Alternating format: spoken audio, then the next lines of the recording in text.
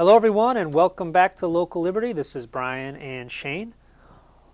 It is election season coming on up. Every year is election year, pretty much, and we're getting towards the fall, and people are starting to pay more attention to who's going to be our newly elected leaders come November. It's their civic duty to pay attention. Absolutely. Whenever I hear of elections or candidate A, candidate B, my mind is always drawn back to the classic of social commentary, South Park. And I can't help but get, in those guys. I love those guys, man, Trey. They use humor, they use ridicule, profanity, obscenity, the whole 9 yards to make some points, and they do it in ways that last. And when we're talking about elections, of course, we're talking about the giant douche versus the turd sandwich. And it sounds ridiculous, but it's true. That's the key to South Park. It's not just that they parody and ridicule things. They understand it. Mm-hmm. Because a lot of times I'll see people making fun of something, but they don't really understand what they're making fun of. So it's like, you're criticizing this, or that, but you don't really understand what you're criticizing, so it doesn't come off well.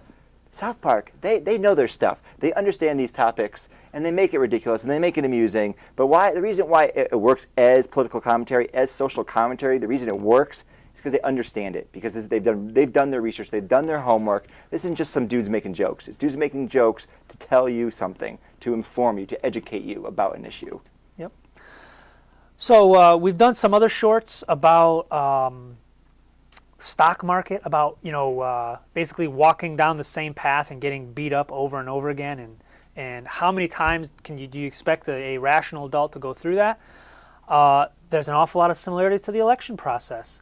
To put it so many. To put it more professionally than giant douche and turd sandwich, you could offer Donald Trump versus Hillary Clinton. well, there's a specific example. But I was going to say that the similar saying goes, the lesser of two evils, and that's sort of like the defensive vote, that someone will vote against someone rather than for someone.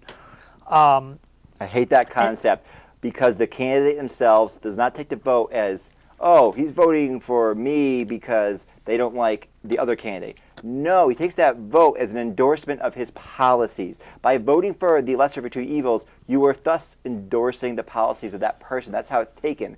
So if you vote for, say, a third-party candidate, you may go, well, your vote's wasted because there's no chance they'll get elected. No, you're not, because that vote is an endorsement of that policy. So when you see more people voting for that policy, it's like, oh, look, there is a voting bloc that cares about these issues. And it makes some politicians go, oh, wait, maybe we have to pay attention to these other voters. But if you keep just voting for the lesser of two evils, they never know that because they go, oh, look how awesome I am. I got all these people to vote for me, so it must be because I'm awesome. No, it just means the other guy sucks more than you. And you talk about endorsing one side versus the other. A similar way of looking at that is voting at all is also an endorsement. It's an endorsement of the entire system when you vote.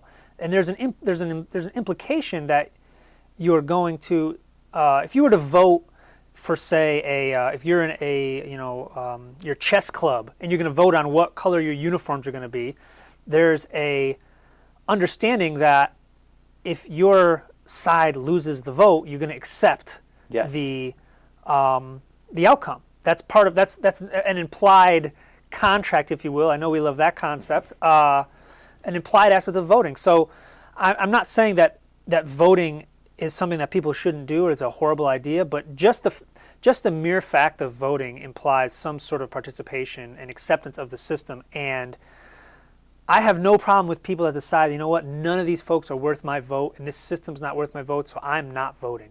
That, to me, some people look at that as, oh, you can't complain, or you shirked your civic duty. Right, and that to me is total bunk, because there are so many good reasons to say, I want nothing to do with this anymore. You shouldn't vote if there's no one that represents your views. There's numerous, I do vote, but I vote in every presidential election since I turned 18.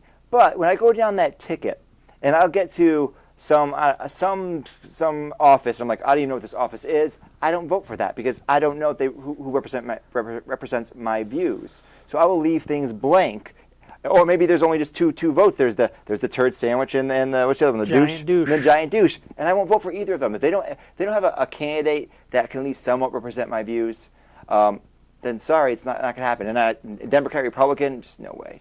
That's just never going to occur. Right. I mean, I guess it's possible. It could occur maybe on a local level, but it hasn't yet. And what people are drawn to do is, as I mentioned before, this defensive vote, or they vote against someone and saying, well, this person is not as bad as that person. And I can understand that. There's some rationality to that.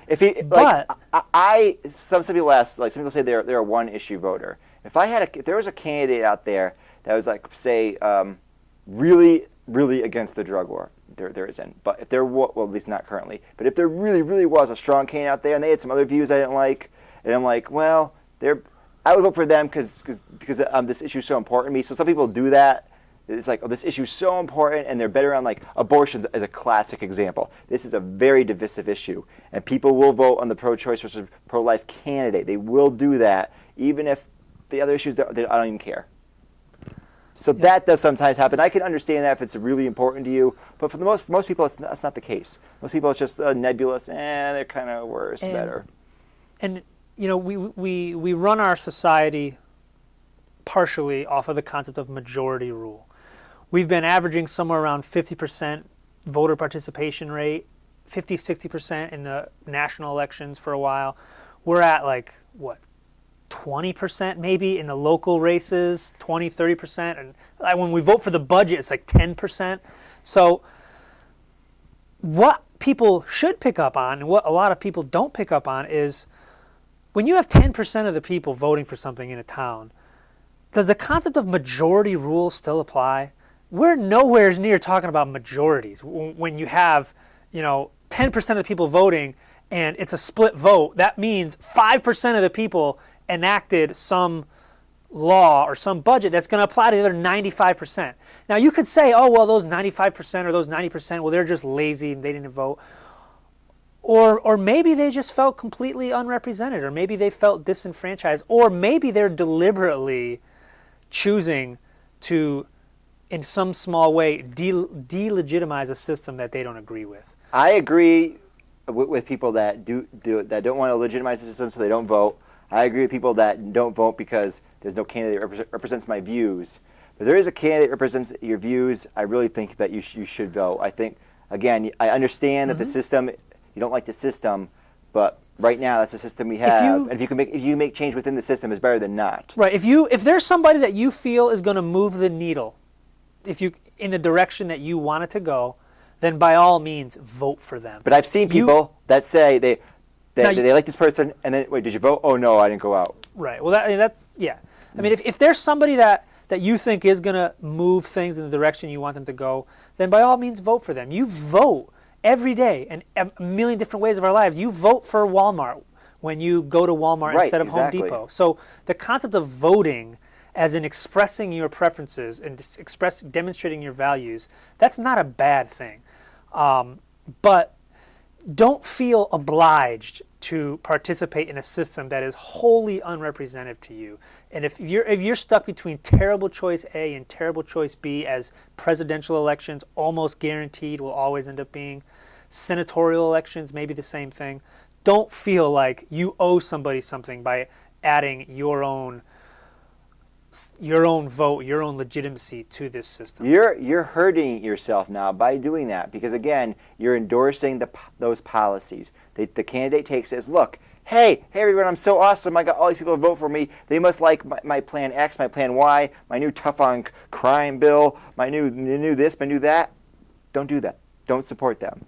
Yep.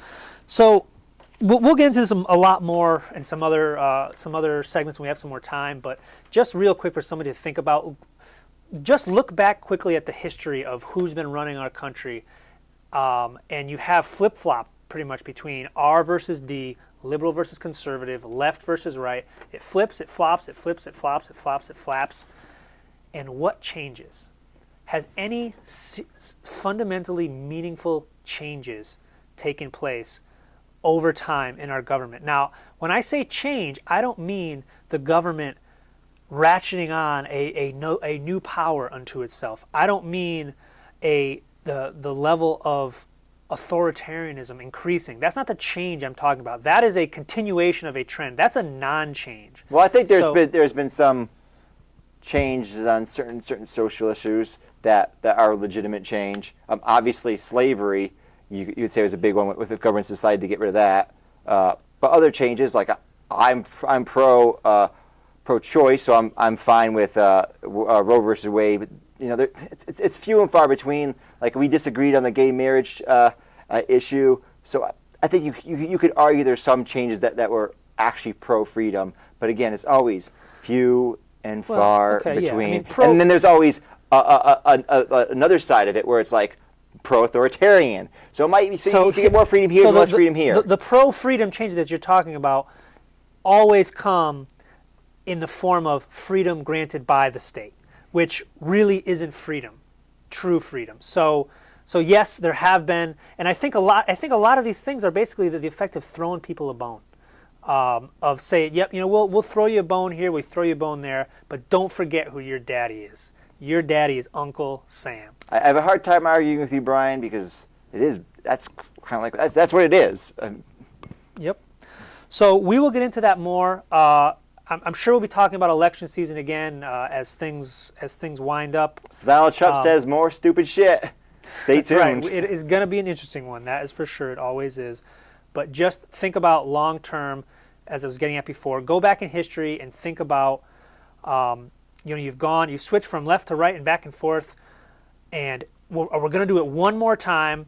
Is 2015 and is 2016 really going to be the time when we're going to all of a sudden things are going to get better?